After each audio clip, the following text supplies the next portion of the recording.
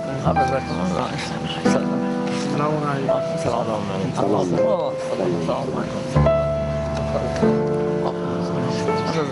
سلامكم الله. حفظكم الله. سلام. ما میریم کربلا، فرمایش نداری؟ خیر. بس فردا صبح. فردا صبح؟ بله. خدا انشاءالله توفیق بدهد. اگر موفق شدید انشاءالله یک مقداری در حرم هست ابوالفضل یک زیارت مختصری بکنید. ملاحظه فرمودید؟ بله چشم. مثلا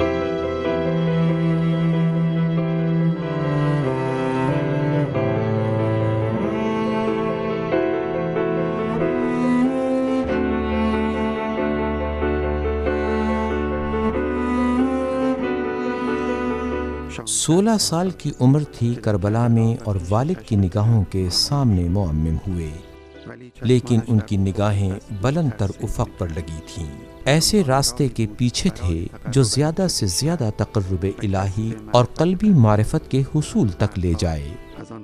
بعد میں ان دنوں کو یوں یاد کرتے ہیں، جب میں کربلا میں تھا تو ہر روز سید الشہداء علیہ السلام کے حرم میں جایا کرتا تھا، ان سے درخواست کیا کرتا تھا کہ علوم حوزہ کے درس و بحث کے ساتھ ساتھ تہذیب نفس اور باطن کے تزکیے میں میری مدد فرمائیں۔ بے شک وہ جانتے تھے کہ تہذیب نفس اور تزکیہ باطن ایسا راستہ ہے جسے استاد کامل کے بغیر مکمل نہیں کیا جا سکتا۔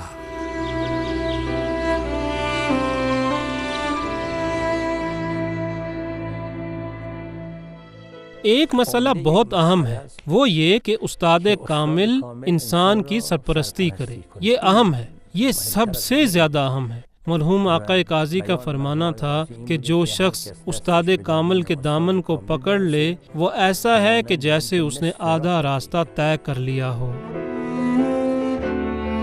محمد تقی جانتا تھا کہ کربلا میں ایسے استاد کو تلاش نہیں کر سکتا۔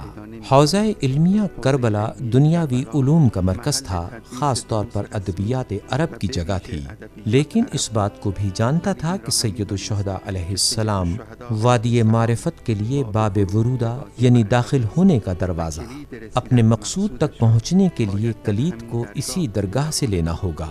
پس اسی قدر منتظر رہے اور اصرار کیا اور اس درگاہ کے دروازے پر دستک دی، اس قدر جوار حرم سید الشہداء علیہ السلام پر رہے کہ جواب آیا اور اس گمشدہ کا نام بتا دیا گیا، سید علی قاضی، جو کہ عرفان کے میدان میں بڑی شخصیت تھے لیکن رائج علمی بحثوں سے دور تھے۔ قبلہ محترم سے جب پوچھا گیا کہ آپ نے جب آقا قاضی کا نام پہلی مرتبہ سنا تو وہ کون سی جگہ تھی؟ انہوں نے کہا وہیں کربلا میں تھا۔ پوچھا گیا کہ آقا قاضی کا نام کربلا میں کس طرح؟ وہ تو نجف میں بھی گوشہ نشین تھے۔ کہنے لگے کہ جب آقا طباطبائی کے بھائی محمد حسن کے ساتھ میری آشنائی ہوئی اور وہ ہمارے مدرسے میں آیا کرتے تھے، وہاں ان کی بات ہوئی تھی۔ میرے والد کی وہاں کربلا میں چلو کباب کی دکان تھی۔ اکثر شب جمعہ میں آقا قاضی اپنے بعض مخصوص شاگردوں کے ہمراہ کربلا آیا کرتے تھے۔ حرم و زیارت وغیرہ کے بعد وہاں کھانا کھانے کے لیے آیا کرتے تھے۔ بالآخر سن 1933 میں محمد تقی نے کربلا کو نجف کے قصد سے ترک کیا۔ اس زمانے میں نجف کا حوزہ زیر سرپرستی مرجع عام و خاص آیت اللہ العظمیٰ سید ابو الحسن اصفہانی کام کر رہا تھا۔ وہ کوشش کر رہے تھے کہ ہر طرح کے سیاسی و اقتصادی دباؤ کے باوجود نجف کے 1000 سالہ حوزے کو باقی رکھیں۔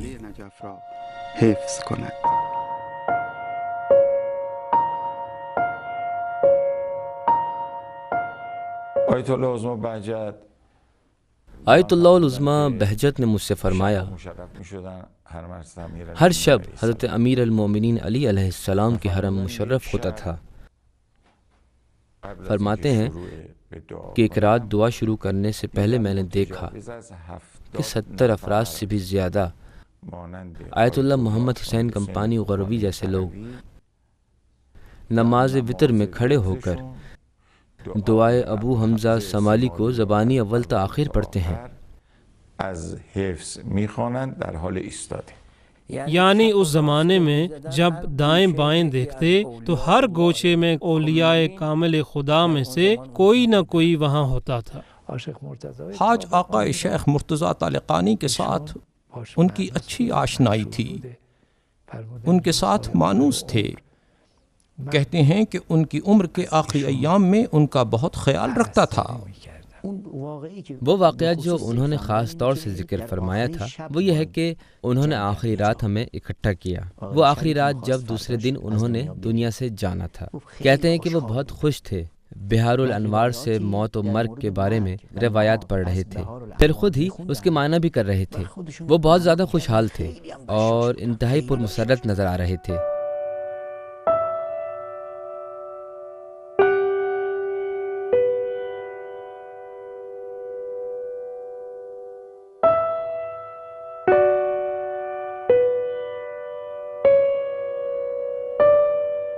مرحوم آقائے بہجت کو اللہ تعالیٰ نے جو توفیقات عنایت کی تھیں، ان میں سے ایک یہ تھی کہ مختلف اوقات میں وہ علوم فقہی، اصولی اور عقلی میدانوں میں بڑے معروف اساتذہ کے پاس پڑھتے رہے ہیں۔ انہوں نے مرجع بزرگ آیت اللہ العظمیٰ سید ابو الحسن اصفہانی کے پاس علم حاصل کیا۔ مرحوم آیت اللہ غروی اصفہانی سے بھی علم حاصل کیا، جو کہ فقہ، اصول و علوم عقلی کے علاوہ معنوی جہدات سے بہت مضبوط شخصیت تھے۔ مرحوم آقائے گروی مرحوم آقائے شمس حسین بہت عظیم اور ماہر استاد تھے۔ ان کے شاگرد بہت نمایاں افراد تھے، جیسے آقائے خوئی وغیرہ۔ مرحوم آیت اللہ نائینی اور مرحوم آیت اللہ ضیاء الدین عراقی ان لوگوں میں سے ہیں جن کے پاس آیت اللہ بہجت نے تعلیم حاصل کی۔ یقیناً سب ایک جیسے نہ تھے۔ مرحوم آقا نائینی کے بعض وہ درس جن میں وہ موجود نہ تھے، ان تمام دروس کو آقا خوئی کے ذریعے حاصل کیا تھا، جبکہ میرے لیے یہ بات تعجب خیز تھی کہ آقا بہجت جناب خوئی کے درس میں جائیں، لیکن وہ چاہتے تھے کہ آقا نائینی نے جو کچھ درس میں سمجھایا ہے اسے حاصل کریں۔ اس بارے میں کیا عرض کروں؟ حتی نقل شده است از یکی از کسانی که ما درک کردیم زمانش را که گفته است که آصد ابوالحسن خدا رحمتش کنه در عبادات اعلم است از مرحوم نائینی و نائینی در معاملات اعلم است از فلان از آصد ابوالحسن. دیگران میگفتن آصد ابوالحسن در جزئیات اعلم است، در فروع جزئیه اعلم است، و اما میرزای نائینی در کلیات و در قواعد اعلم است. ان دنوں محمد تقی معروف اساتذہ جیسے سید محمود شاہرودی، سید عبدالحادی شیرازی، سید ابو القاسم خوئی اور شیخ محمد کاظم شیرازی کے دروس میں شرکت کیا کرتے تھے۔ جناب مرزا کی آرزو بھی یہی تھی کہ محمد تقی علم دین کو صاحب علم سے سیکھے، اور جب واپس آئے تو اپنے آپ میں ملا بن چکا ہو، لوگوں کے لیے راہ کشا ہو۔ یہ آرزو اور توقع فومن کے لوگ اور خاص طور پر مرزا کے قریبیوں کی بھی تھی، جیسے شیخ محمد وائس اس وقت میں فومن کے علماء میں سے تھے جو کہ جناب مرزا کے دوستوں میں سے تھے۔ محمد تقی کے نام لکھے گئے ایک خط میں اس توقع کا اظہار کرتے ہیں، تصدیق سے مراد یہ ہے کہ ہم فومن کے لوگوں کی آنکھوں کو یوں روشن کرو کہ وہ افتخار کریں کہ فومن کی مٹی سے تمہارے جیسا نور ظاہر ہوا ہے۔ محمد تقی اس کے باوجود کہ ان توقعات سے باخبر تھا، لیکن حوزے کے رسمی دروس میں بڑھنے کی خواہش کے ساتھ ساتھ ان کا دل کسی اور طرف پرواز کرنا چاہتا تھا۔ ان کا دل سید علی قاضی کے حضور میں جانا چاہتا تھا، ایسا استاد جو راہ سیر و سلوک کو امام زمانہ علیہ السلام کے احکامات کے مطابق انہیں دکھا سکے۔ عرفاء کا سلسلہ جس میں آخری آقا بہجت تھے، یہ سلسلہ ملا قلی جلا تک جاتا تھا۔ ملا قلی جلا رجاء الغیب میں سے ہیں، یہ 29 افراد میں سے ایک ہیں جو امام زمانہ علیہ السلام کی خدمت میں گئے تھے۔ ان کی ذمہ داری لگائی گئی کہ آیت اللہ سید علی ششتری سے رابطہ کریں۔ ان سے ملاقات ہوئی۔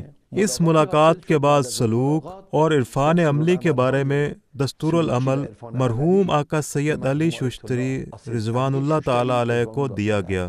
ان کے بعد ملا حسین کلی ہمدانی ہیں، اور مرحوم ہمدانی علی اللہ مقامہ شریف کے بعد مرحوم آقا استاد احمد کربلائی و مرحوم بہاری اور دوسرے ہیں۔ تقریباً آقا استاد احمد کربلائی سے مرحوم قاضی کی طرف سے یہ سلسلہ منتقل ہوتا ہے۔ اس کے بعد یہ استاد بزرگوار ہیں جیسے علامہ طباطبائی و مرحوم آیت اللہ بہجت و حاج آقا قاضی علی اللہ مقامہ شریف۔ آخر 1 سال بعد سید علی قاضی کے جلسات درس میں جگہ مل سکی۔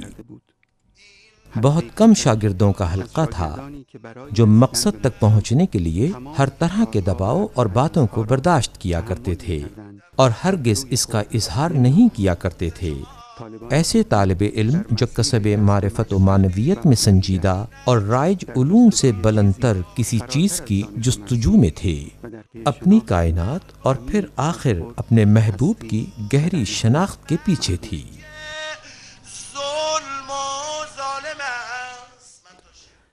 آیت اللہ قاضی بزرگ کے شاگردوں کے حالات میں ہم دیکھتے ہیں کہ 10 سال، 12 سال یا 15 سال تک صرف زیر تربیت رہتے تھے۔ بعض کو زیادہ ذکر دیا کرتے تھے، جیسا کہ خود ان سے نقل ہوا ہے۔ بعض افراد کو چلا کہنے کا فرماتے۔ ان افراد کا بیان ہے کہ جب دروازے دیر سے کھلتے تھے تو چلے کے بعد چلے کا حکم دیتے تاکہ معنویت کے دروازے کھلنے کا زمینہ فراہم ہو جائے۔ یوں سمجھ آتا ہے کہ ان بزرگوں کی تعلیمات کا اصلی محور نفس کی تربیت تھا۔ ان کے استاد بزرگوار جناب آیت اللہ سید علی قاضی فرماتے تھے کہ جو افراد چاہتے ہیں کہ اس درس میں شرکت کریں، انہیں چاہیے کہ پہلے جائیں اور مجتہد بن کر آئیں۔ اس قدر مطلب ظریف و لطیف ہے کہ اگر آپ ذرا برابر بھی مسائل فقاہت سے مسائل معنویت کی طرف پھسلے تو باطل فرقے میں جا گریں گے۔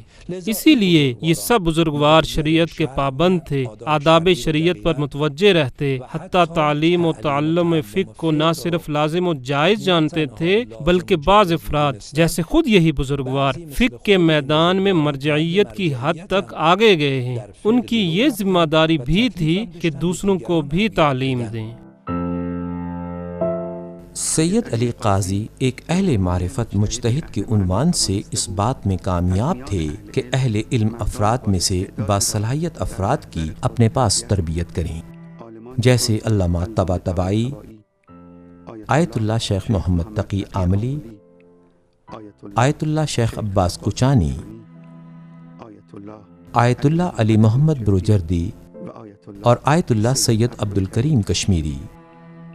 یہ سب بزرگوار کسی نہ کسی ذریعے سے ان کے درس میں حاضری کے لیے پہنچے تھے، بالکل جس طرح سید محمد حسن الہی شیخ محمد تقی کے لیے ذریعہ بنے تھے کہ وہ سید علی قاضی کے شاگرد بن سکیں، اسی طرح شیخ محمد تقی بھی بعد میں شیخ عباس قچانی کے لیے ایک ذریعہ بنے اور انہیں اپنے استاد کے درس میں لے کر گئے۔ آیت اللہ محمود قچانی اپنی والد کی زبانی اس واقعے کو یوں بیان کرتے ہیں،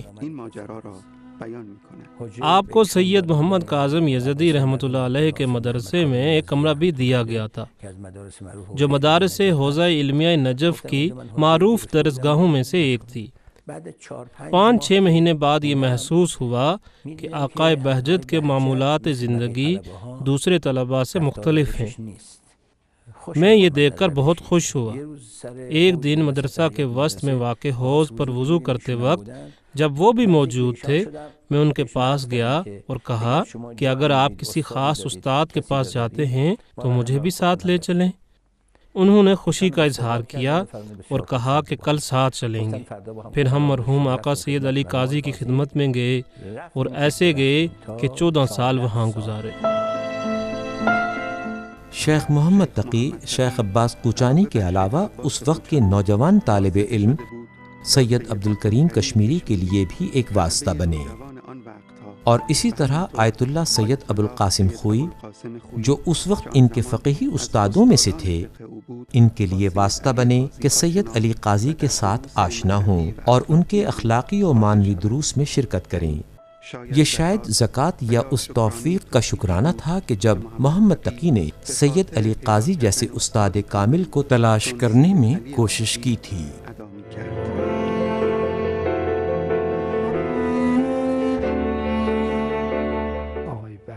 آقا بہجت نے ایک مرتبہ بھی اپنے استاد سے سوال نہیں کیا،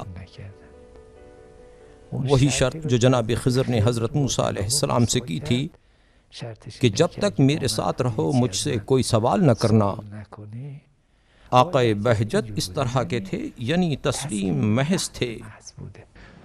آقا فرمایا کرتے تھے کہ جو چاہتا ہے کہ سیر و سلوک میں قدم رکھے، اسے چاہیے کہ پہلے وہ حکم جو اس کا استاد اسے دے اس کو حکم حضرت صادق کی طرف سے شمار کرے۔ پھر کئی مرتبہ ایسا ہوتا کہ مرحوم آقا قاضی کسی بات کو فاضل گیلانی کے عنوان سے آقا بہجت کی طرف سے نقل کرتے تھے، جبکہ انہوں نے ایسی کوئی بات زبان پر بھی نہ لائی ہوتی۔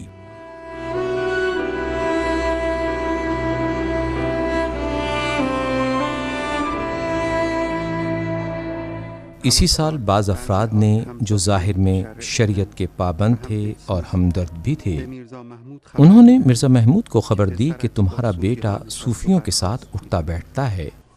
مرزا جو اپنے بیٹے کے مستقبل و بہتری کے بارے میں پریشان و فکر مند تھے، اس سے کچھ توقعات بھی تھیں، لہٰذا انہوں نے اس بات پر شک نہ کیا اور اسی فومن سے جوان شیخ کے نام خط میں لکھا کہ عبادت کے حوالے سے واجبات کے علاوہ کسی اور امر میں مشغول نہ ہو۔ اس سخت بات کا معنی تھا کہ شیخ بہجت اور سید علی آقا قاضی کے رابطے کا اختتام۔ اس کے بعد ان کے والد گرامی نے آیت اللہ بہجت کو آقائے قاضی کی خدمت میں جانے سے منع کر دیا، تو آیت اللہ قاضی نے فرمایا کہ مرحوم آیت اللہ العظمیٰ سید ابو الحسن اصفہانی کی خدمت میں جاؤ۔ وہ جانتے تھے کہ وہ مرجع جامع الشرائط ہیں۔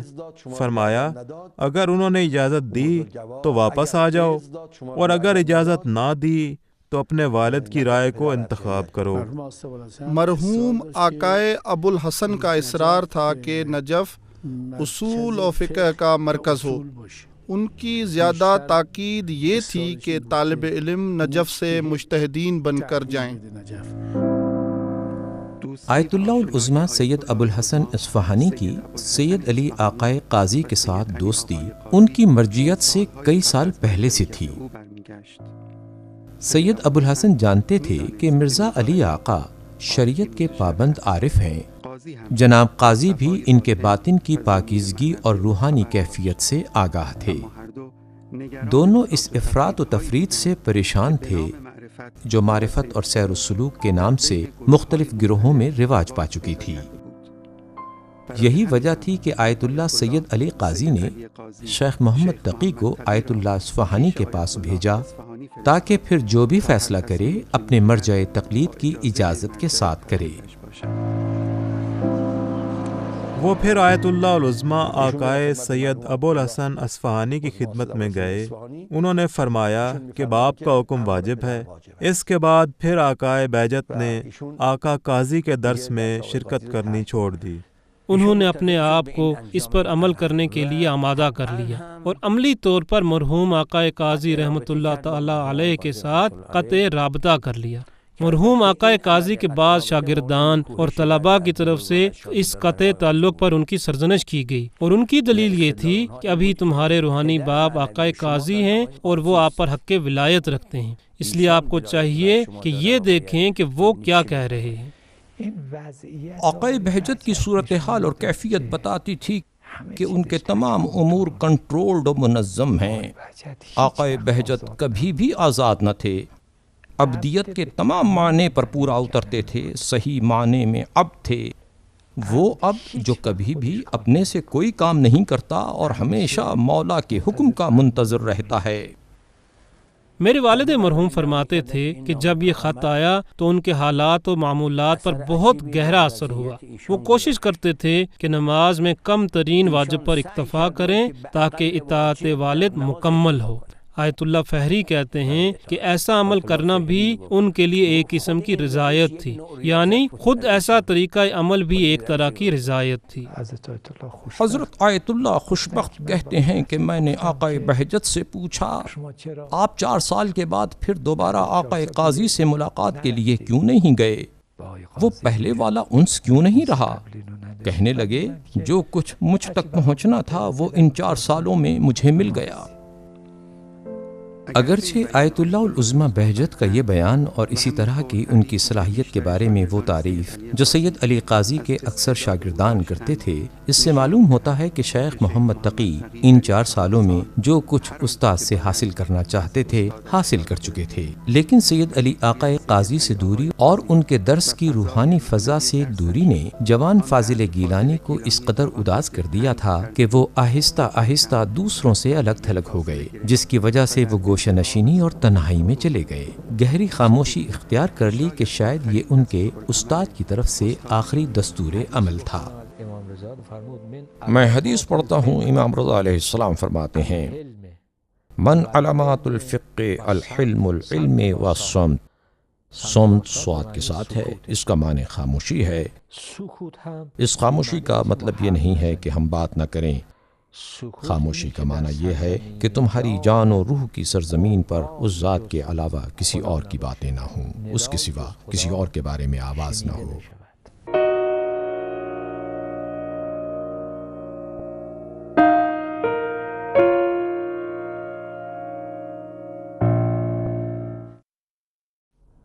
پیاسے اگر دنیا میں پانی کی تلاش کرتے ہیں تو پانی بھی دنیا میں پیاسوں کی تلاش کرتا ہے۔ ایسا نہیں ہے کہ صرف پیاسا کسی چشمے کی تلاش میں ہے، بلکہ چشمہ بھی پیاسے ہونٹوں کی تلاش میں ہے۔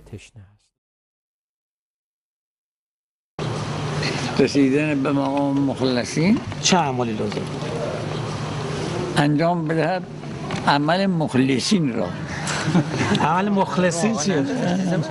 بله تا اخلاص از طرف ما نباشد، اخلاص از طرف اونی که طالب اخلاص است نیست کی. اون به حسب صورت دارمدار این است که ما اختیار بکنیم عبودیت خالصه را یا اختیار نکنیم عبودیت خالصه را. ما تا اخلاص نکنیم او آثار اخلاص خودش را که مخلص بودن ماست ترتیب نمیدهند. ایک ایسا شخص جو پڑھا لکھا نہیں تھا اور غافل انسانوں میں سے تھا، جیسے مرحوم احبری، حاج ہادی احبری، خدا تعالیٰ کی رحمتیں ان پر ہوں۔ 40 سال کی عمر میں ان کی زندگی میں ایک انقلاب آ گیا۔ وہ جنگل میں چلا گیا اور جو لکڑی ہاتھ میں آتی خود کو مارنے لگتا۔ بعد ایسی جگہ پہنچ گیا کہ جب امیر المومنین علیہ السلام کے حرم میں اس نے عرض کی کہ یا امیر المومنین علیہ السلام، میرے سامنے بہت طویل سفر ہے، مجھے ایک بھائی چاہیے جو راستے سے آگاہ ہو اور میں اس سے کہوں کہ مجھے اس راستے پر لے چلے۔ جب وہ حرم سے باہر نکل رہے تھے تو مرحوم آیت اللہ العظمیٰ آقا میلانی آئے، اس کے سامنے آ کر کہتے ہیں جناب ہادی، آپ کیا چاہتے ہیں کہ ہم دونوں بھائی ہونے کا صیغہ پڑھیں؟ ایک مرجع تقلید نے ان کا ہاتھ پکڑا اور اپنا بھائی بنایا۔ پھر جناب ہادی کی وفات کے بعد آقا میلانی بہت روئے اور کہا، میرا ایک بھائی تھا جو اہل جاذبہ میں سے تھا۔ اس کے باوجود کہ حاج ہادی احبری پڑھے لکھے نہیں تھے، لیکن روشن ضمیر اور باطنی طہارت رکھنے کی وجہ سے اپنے زمانے کے علماء ان کا احترام کرتے تھے، جیسے آیت اللہ العظمیٰ میلانی، آیت اللہ العظمیٰ انصاری حمدانی اور حاج شیخ اسماعیل دولابی حاج ہادی کے ساتھ بہت گہری دوستی اور انس و محبت رکھتے تھے۔ حاج شیخ ہادی نجف آئے، اس وقت تک آقا بہجت کو انہوں نے بالکل نہیں دیکھا ہوا تھا، صرف ان کی تعریف سن رکھی تھی۔ وہ نجف اشرف آئے اور حضرت امیر المومنین علیہ السلام کے حرم میں گئے۔ جب حرم سے باہر آ رہے تھے تو کہتے ہیں کہ یا علی، کسی اچھے چہرے والے کو مجھ سے ملائیں، یہ کون لوگ ہیں جو یہاں جمع ہیں؟ یہ کیسے لوگ ہیں؟ دنیا کے لوگ۔ حرم سے باہر آئے اور صحن میں قبلہ کی سمت باہر بازار کی طرف چل دیے، ادھر سے مسجد شیخ انصاری کی طرف جا رہے تھے۔ اب جیسے بھی ہوا، اس نے حضرت کے سامنے ایک مزاح کیا کہ مجھ سے کسی اچھے چہرے والے کو ملائیں۔ کہتے ہیں کہ مجھے نہیں معلوم کہ میں کہاں جا رہا تھا۔ بازار میں چلتے ہوئے سگار جلایا اور سارے بازار میں اس کا دھواں پھیلاتے ہوئے چلے جا رہا تھا۔ کچھ دور پہنچ کر ایک مدرسہ کے دروازے پر ٹھہرا، پھر اندر چلا گیا۔ اس کے چاروں اطراف میں کمرے تھے۔ میں ایک جگہ بیٹھ گیا، وہاں اوپر ایک کمرہ تھا۔ ایک دفعہ اوپر والے کمرے کا دروازہ کھلا اور کسی نے مجھ سے کہا کہ اوپر آ جائیں۔ وہ آقا بہجت تھے۔ اس وقت تک دونوں نے ایک دوسرے کو نہ دیکھا ہوا تھا اور نہ ہی ایک دوسرے کو پہچانتے تھے۔ وہ اوپر چلے گئے، دونوں بغل گیر ہوئے، پھر 1 گھنٹہ وہ روتے رہے۔ اس کے بعد میں نیچے آیا اور چلا گیا۔ ہم نے ایک حرف بھی بات نہیں کی، پھر کبھی ایک دوسرے سے نہ ملے، یہاں تک کہ دونوں مر گئے۔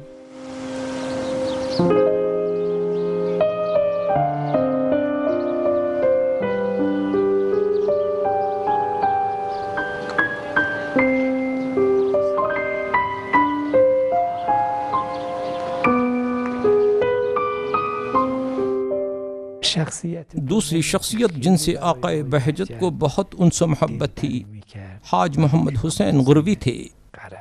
شاید آیت اللہ العظمیٰ قاضی رضوان اللہ تعالی علیہ کے بعد ان کی شخصیت سازی میں سب سے زیادہ مؤثر ترین شخصیت حاج آقا مرحوم شیخ محمد حسین غروی اصفہانی المعروف کمپانی رضوان اللہ تعالی علیہ تھے۔ صرف مرحوم کمپانی کو مطلقاً استاد کے لقب سے پکارتے تھے۔ جب بھی استاد کہتے ان سے مراد وہی ہوتے تھے، جبکہ تقریباً 3 سال تک آقائے نائنی کے پاس بھی پڑھتے رہے، لیکن آقائے نائنی کو استاد نہیں کہتے تھے۔ ہم لوگ ایک سیمسٹر کہیں چلے جائیں تو کہنے لگتے ہیں کہ فلاں فلاں شخصیت ہمارے استادوں میں شامل ہے، جبکہ کسی کے 10-12 لیکچرز میں شرکت کرنا کیا ہے۔ 3 سال مسلسل جاتے رہے، لیکن ان کے لیے لفظ استاد کا استعمال نہیں کرتے تھے۔ فرماتے ہیں کہ استاد یعنی مرحوم کمپانی توحید پر ایک دلیل رکھتے ہیں، جس کے بارے میں وہ یعنی مرحوم کمپانی کہتے ہیں کہ موسیٰ ابن جعفر علیہ السلام کے حرم میں مجھ پر الہام ہوا ہے۔ شیخ محمد حسین غروی اصفہانی اپنے والد کی وجہ سے، جن کا ایک تجارت خانہ تھا، کمپانی کے نام سے شہرت رکھتے تھے۔ فقہ و اصول میں اخوند خراسانی کے ممتاز شاگردوں میں شمار ہوتے تھے۔ ان دنوں میں غروی اصفہانی اصول کے بحث و مباحثے میں اپنی بلند ہمتی، حوصلہ اور وقت نظری کی وجہ سے مشہور تھے۔ اس قدر باریک بینی کے ساتھ تدریس کیا کرتے تھے کہ اس زمانے کے دوسرے اہل نجف اساتید کی نسبت ان کا دورہ درس وقت کے اعتبار سے تقریباً 2 گنا تھا۔ اسی بات کی وجہ سے محمد تقی ان کے درس میں کھنچے چلے گئے۔ مجھے یاد ہے میں بچہ تھا، کبھی میں وہاں جاتا یوں ہی چکر لگانے کے لیے، دیکھنے کے لیے۔ میں دیکھتا تھا کہ حاج محمد حسین مسجد ہندی میں درس کہتے تھے۔ نجف میں ایک مسجد ہے بنام مسجد ہندی۔ عرض ہے کہ وہاں بہت بڑی تعداد میں انتہائی اچھے محنتی طلباء ہوتے، درجۂ اول کے طلباء ہوتے جو ان کے درس میں شرکت کیا کرتے تھے۔ مرحوم آیت اللہ حاج محمد حسین درس سے پہلے 2 رکعت نماز پڑھا کرتے تھے۔ اس بات پر خوب توجہ کریں، پھر آ کر وہ درس شروع کیا کرتے تھے۔ ایک مرتبہ مجھ سے ان کے ایک عزیز نے نماز کے بعد کہا، آقا جان، ہم نے دیکھا ہے کہ جب آپ نماز پڑھتے ہیں تو یہ در و دیوار بھی آپ کے ہمراہ نماز پڑھتے ہیں۔ آپ نے توجہ فرمائی ہے؟ در و دیوار، کتابیں سب آپ کے ہمراہ تسبیح و ذکر میں مشغول ہوتے ہیں۔ قبلہ محترم نے فرمایا کہ یہ جو در و دیوار، کل موجودات، جمادات و نباتات سب نماز و ذکر میں مشغول ہیں، اس بات کی خبر تو قرآن پاک نے بھی دی ہے۔ یہ اتنا اہم نہیں ہے۔ یہ جو آپ نے دیکھا ہے کہ خدا تعالیٰ نے آپ پر اپنی عنایت کی ہے، آپ اس عالم سے مافوق دیکھ رہے ہیں، یہ اہم ہے۔ اس تعبیر کو آقا بہجت نے مختلف افراد کے لیے استعمال کیا ہے کہ اگر کوئی شیخ محمد حسین کو ان کی عبادت کے دوران دیکھ لیتا تو وہ گمان کرتا کہ یہ عبادت کے علاوہ کوئی اور کام نہیں کرتے۔ غیر معمولی حد تک تھا۔ یومیہ نوافل کبھی ترک نہ ہوئے تھے، نماز تہجد بھی کبھی نہیں چھوڑی، زیارت عاشوراء کو سد لعن اور سد صلوات کے ساتھ ادا کرتے رہے، نماز جعفر طیار بھی ہمیشہ پڑھتے رہے اور ہر روز 1000 مرتبہ انا انزلنا پڑھتے تھے۔ نجف کی گرم اور خشک آب و ہوا اور معاشی تنگ دستی نے اکثر طالب علموں کی زندگی کو مشکل بنا رکھا تھا۔ آیت اللہ العظمی بہجت رحم اللہ بعد میں بتایا کرتے تھے کہ گرمیوں میں جب بیگن بازار میں فروخت کے لیے لایا جاتا تھا تو طالب علم مزاح کرتے ہوئے کہتے تھے، فقیروں کے لیے گوشت آ گیا۔ ان حالات میں بھی محمد تقی مرحوم غروی اصفہانی جیسے علماء کے درس میں شرکت کرتے۔ یہ درس طالب علم کی زحمت اور سخت کوشش کے بغیر ممکن نہ تھا۔ کئی گھنٹے کام اور مطالعہ، طویل و سخت عبادات نے محمد تقی کے جسم کو آہستہ آہستہ نحیف اور کمزور کر دیا تھا، اس کے بدن کو پگھلا دیا تھا۔ اگرچہ انہوں نے بہت بلند پایا علماء اور اساتذہ سے علم حاصل کرنے کی توفیق پائی تھی، لیکن اس کے باوجود انہوں نے کسی کو کاپی نہیں کیا۔ حاج آقائے محمد حسین اصفہانی کے بارے میں مشہور ہے کہ مسائل فلسفی میں ید طولا رکھتے تھے اور کبھی مسائل اصولی میں مسائل فلسفی کو بھی شامل کر لیتے تھے، لیکن جہاں تک ہم دیکھتے ہیں کہ مرحوم آیت اللہ العظمی بہجت اپنے استاد کی طرح مسائل فلسفی کو اور اس کے برہانی طریقہ کار کو مسائل اصولی میں شامل نہیں کیا کرتے تھے۔ طریقہ کار میں ایک استقلال پایا جاتا ہے، طریقہ کار کے ساتھ ان کے وجود میں فکری استقلال بھی پایا جاتا ہے۔ یہ چیز مرحوم آیت اللہ بہجت میں ان کی بھرپور صلاحیت اور اعلیٰ درک و فہم کی قوت کی عکاسی کرتی ہے۔ یہ چیز جو ان کے وجود میں پائی جاتی تھی باعث بنی کہ روحانی حوالے سے اور علمی لحاظ سے وہ درجہ اول کے علماء میں شمار کیے جائیں۔ در حقیقت پوری تاریخ تشیع میں کمیاب افراد میں سے ایک ہیں۔ اتابات میں آنے کے 16 سال بعد شیخ محمد تقی حوزہ کے رائج دروس میں اور توحید کے مراتب میں بلند مرتبے پر فائز ہو چکے تھے، یہاں تک کہ ان کے بعض استاد جیسے مرحوم کمپانی شیخ محمد تقی کے اجتہاد کو مسلم جانتے تھے اور ان کے لیے کسی دوسرے کی تقلید کو حرام قرار دیتے تھے۔ یہ سب کچھ سید الشہداء علیہ السلام اور امیر المومنین علیہ السلام کے حرم اور ان کے صحن و سرا کی مسلسل مجاورت کی برکت سے تھا۔ اس کے بعد بلند پایا اساتید کی شاگردی اور ان کی اپنی ہمت و سخت محنت کی بدولت تھا، لیکن اب جیسے ان کا جسم طاقت نہ رکھتا تھا، کچھ عرصے کے لیے سکون کی حالت میں خلوت کرنا ضروری ہو گیا تھا، اور یہ سفر جاری ہے۔